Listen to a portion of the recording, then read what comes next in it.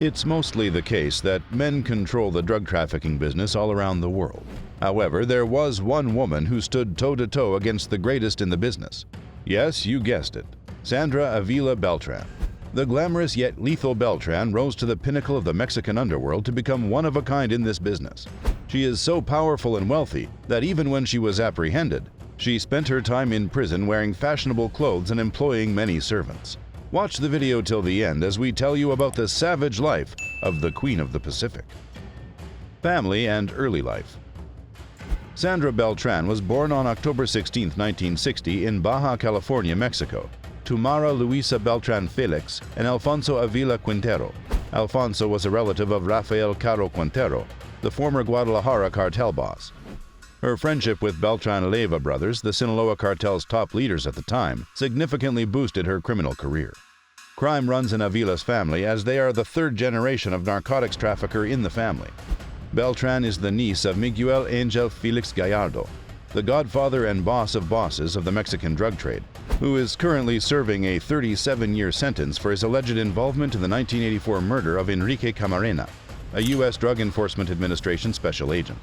Furthermore, Juan Jose Quintero Payan, her great-uncle, was extradited to the United States on drug trafficking accusations.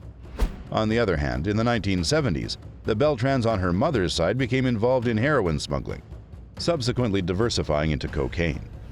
Because of her father's connection to the Guadalajara cartel's founder, Avila grew up surrounded by cash.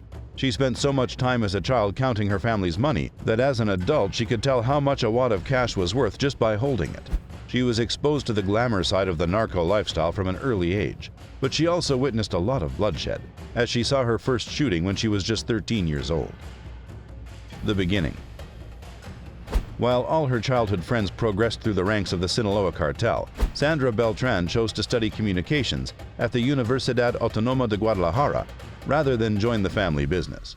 When she was about 21, her ambitions of a future career as a journalist were dashed when she was kidnapped by her jealous boyfriend who had ties to the cartels. Sandra Avila Beltran's life was transformed forever by this occurrence, which exposed her eyes to the cartel's genuine power over nearly everyone in Mexico. She dropped out of school and went straight into the drugs business, quickly rising through the ranks to reach the top. She became a socialite in the Mexican drug trade and made friends with Juan Mata Ballesteros and Alberto Cecilia Falcón, as well as their families.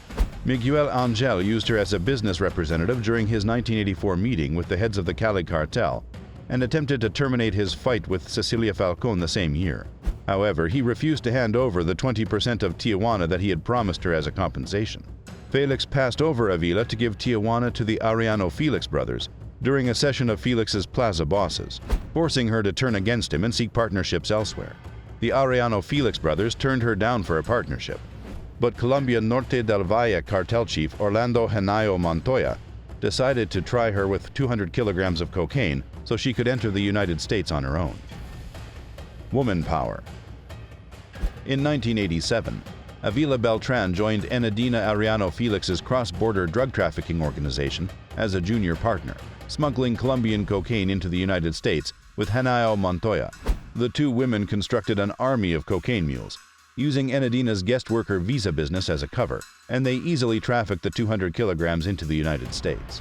Avila then introduced Enedina to Henao on her next trip to Colombia. She insisted that Henao send 700 kilograms of cocaine the next time they met, and he agreed to do it in 2 weeks. He then bargained to become their single supplier, because the Cali cartel had designated Juan Nepomuceno Guerra as their sole trafficker. Avila decided to make Henao her exclusive supplier in exchange for a 10% discount on all shipments over 400 kilograms, and she and Enedina used the new shipment to develop their business.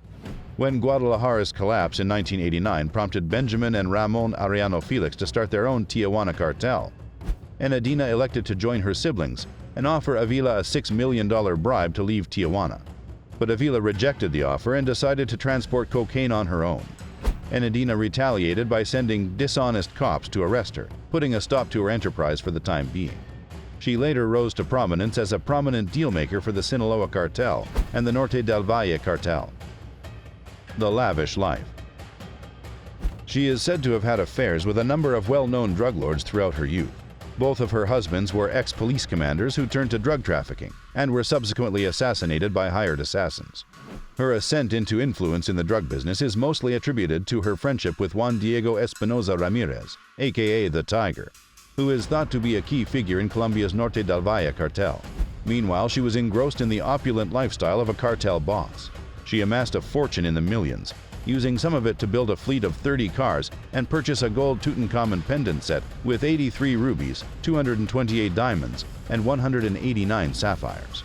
She had so much influence and fame that a popular song, Fiesta en la Sierra, even made a reference to her. Without any doubt, that song was a hit, but Avila was furious since her precious obscurity had been destroyed, and her bad times had just begun. The downfall. After a few months of this, Avila and her partner Yoel were ambushed on their way to breakfast a few months later. Two shooters were packed in their car and opened fire in a hail of bullets. Avila threw herself on the ground, and as described by her, she was imagining that those were her final moments on Earth as she started staring up at the sky. However, she then remembered her recently killed brother and how his loss had affected their mother so deeply. That gave her strength, and she decided to take a chance and open the door and flee. She somehow got to the sidewalk, went into an apartment complex, and hid behind a bush. The armed man who was pursuing her began sprinting to avoid the police. As she had left everything in the car, one witness to the scene provided her shelter, changed her into simple clothes, saved her life, and gave her 50 pesos, which was roughly $3, so that she could take a cab to wherever she wanted to go. Following this incident, she spent the next 3 years of her life on the run, until she met Juan Diego Espinoza. He was a handsome young Colombian cocaine trafficker who smuggled 10 tons of cocaine from Colombia to the United States via Mexico every month. The arrest and sentence.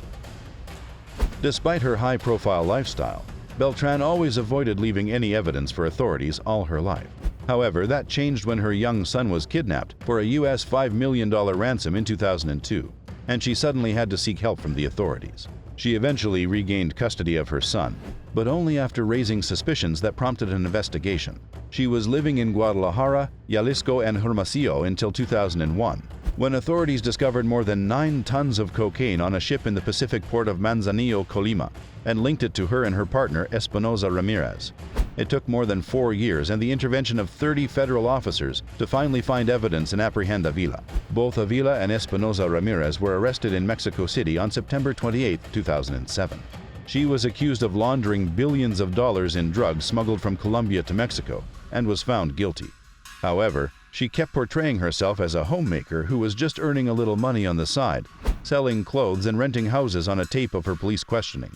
Avila Beltran was imprisoned at Mexico City's Santa Marta Acatitla Women's Prison. Her time in prison was obviously not very pleasant, and she even filed a complaint with a human rights panel in Mexico City, alleging that her cell was infested with insects, which she referred to as noxious fauna. She also claimed that the prohibition on carrying food from restaurants infringed on her human rights. The director of the prison allowed a doctor into the prison to administer Beltran Botox injection treatment, which was not approved for prisoners under any conditions. This prompted an investigation in January 2011, and as a result, the director of the prison and the hospital chief were both relieved of their duties. Extradition and release. Several Mexican judges determined in June 2012 that there were no substantial barriers to extraditing Avila Beltran to the United States on charges of cocaine trafficking dating back to 2001. Earlier demands for extradition of Avila Beltran had been denied twice by a tribunal and subsequently by a judge, but Avila Beltran had to face charges from the U.S. for several cocaine shipments recovered in Chicago. Consequently, Avila Beltran was extradited to the United States on August 10, 2012, and flown to Florida to face allegations of cocaine possession and trafficking. In order to strike a deal with authorities, Avila agreed that she provided financial assistance to Espinoza for travel, lodging, and other expenses from 2002 to 2004. After that, in an amazing turn of events, all of the narcotics charges against Avila Beltran were dropped. On August 20, 2013, Avila Beltran was deported back to Mexico, where she was imprisoned on money laundering charges and sentenced to 5 more years in prison along with a fine. She was then transferred to the Federal Social Readaptation Center No. 4 in Tepic, Nayarit. Sandra Avila Beltran, who is mostly famous by her nickname, the Queen of the Pacific, was released from prison in 2015 after being there for more than 7 years. She is free and currently resides in Guadalajara, Mexico. Well, that's it for today's video. We hope you enjoyed the content of the video, and if you did, show some love and hit that like button. And don't forget to subscribe to our channel so that you never miss out on any of the amazing videos we have in store for you.